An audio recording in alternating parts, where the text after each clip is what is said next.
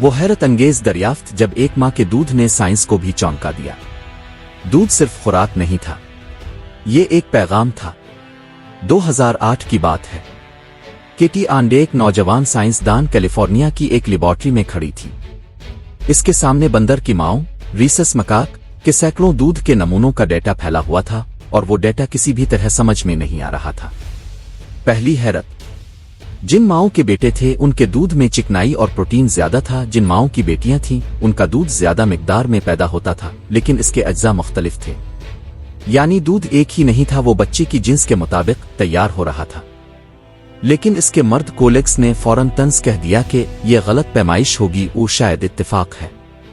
لیکن کیٹی نے ڈیٹا کو نظر انداز نہیں کیا، اور ڈیٹا چیخ چیخ کر کہہ رہا تھا دودھ صرف خوراک نہیں، ایک پیغام ہے۔ دوسری حیرت، کیٹی نے مزید 250 ماؤں اور 700 سے زیادہ نمونوں کا تجزیہ کیا۔ پھر ایک اور چونکانے والی بات سامنے آئی۔ نئی کم عمر مائیں کم کیلوریز کا دودھ بناتی تھیں، مگر اسی دودھ میں کارٹیسول اسٹریس ہارمون بہت زیادہ ہوتا تھا، اور ایسے دودھ پینے والے بچے تیزی سے بڑھتے تھے مگر زیادہ چوکنوئے، بے چین اور کم پر اعتماد ہوتے تھے۔ یعنی دودھ صرف جسم نہیں بنا رہا تھا، بچے کی شخصیت تک پروگرام کر رہا تھا۔ تیسری حیرت، تقریباً ناقابل یقین، جب بچہ دودھ پیتا ہے تو اس کے منہ کا تھوڑا سا لعاب سلائیوا ماں کے جسم میں واپس جاتا ہے، اور وہ لعاب ماں کو بتاتا ہے کہ بچہ بیمار ہے یا نہیں۔ اگر بچہ کسی انفیکشن سے لڑ رہا ہو تو ماں کے دکھائی نہ دینے والے نظام فوراً متحرک ہو جاتے، دودھ میں مخصوص اینٹی باڈیز چند گھنٹوں میں پیدا ہونا شروع جاتے، اور دودھ میں سفید خون کے خلیے 2000 سے بڑھ کر 5000 سے زیادہ، اور میکروفج مدافعتی خلیے 4 گنا تک بڑھ جاتے، اور جیسے ہی بچہ ٹھیک ہوتا سب کچھ واپس نارمل۔ یہ خوراک نہیں تھی، یہ دو جسموں کے درمیان ایک مسلسل مکالمہ تھا، ایک حیاتیاتی گفتگو جو سائنس صدیوں تک دیکھ نہ سکی۔ سائنس کی انسان کی پہلی غذا جس پر ہماری پوری نسلیں پروان چڑھیں، اسے سائنسی دنیا نے تقریباً نظر انداز کر رکھا تھا۔ تو کیٹی نے ایک بلاگ شروع کیا، او میملز ملک، اور سال کے اندر 1 ملین سے زیادہ لوگ اسے پڑھنے لگے۔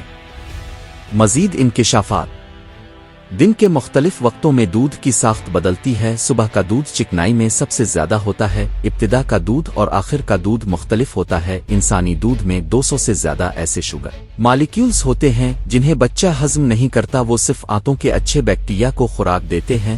ہر ماں کا دودھ فنگر پرنٹ کی طرح منفرد ہوتا ہے۔ 2017 میں کیٹی کا ٹکایا لاکھوں لوگوں نے دیکھا۔ آج وہ ایریزونا اسٹیٹ یونیورسٹی کی لیبارٹری میں نوزائیدہ بچوں کی صحت نکیو کی دیکھ بھال اور دنیا بھر کی پبلک ہیلتھ پالیسی میں انقلاب لا رہی ہے۔ اصل حقیقت، دودھ 200 ملین سال سے ارتقاء کے سفر میں ہے۔ ڈائنوسار بھی جب زمین پر تھے، دودھ تب بھی اپنا کام کر رہا تھا۔ سائنس اسے صرف وہ غذا سمجھتی رہی، مگر یہ دراصل زمین کا سب سے ذہین زندہ مواصلاتی نظام تھا۔ ماں اور بچے کے درمیان ایک مسلسل حساس گفتگو۔ کیٹی آنڈے نے دودھ کا مطالعہ نہیں کیا، انہوں نے وہ سچائی آشکار کی جو صدیوں سے پوشیدہ تھی کہ یہ صرف غذا نہیں، ماں اور بچے کے درمیان ایک ذہین کمیونیکیشن ہے۔ آپ کے خیال میں بچے کو فارمولا مفت دینا کیسا ہے، جبکہ قدرت نے اس کے لیے ایک بیش قیمت سسٹم تیار کر رکھا ہے؟ کیا بچے کے ساتھ نا انصافی نہیں ہوتی جب اسے ڈبے کے دودھ پر لگا دیا جاتا؟ یہ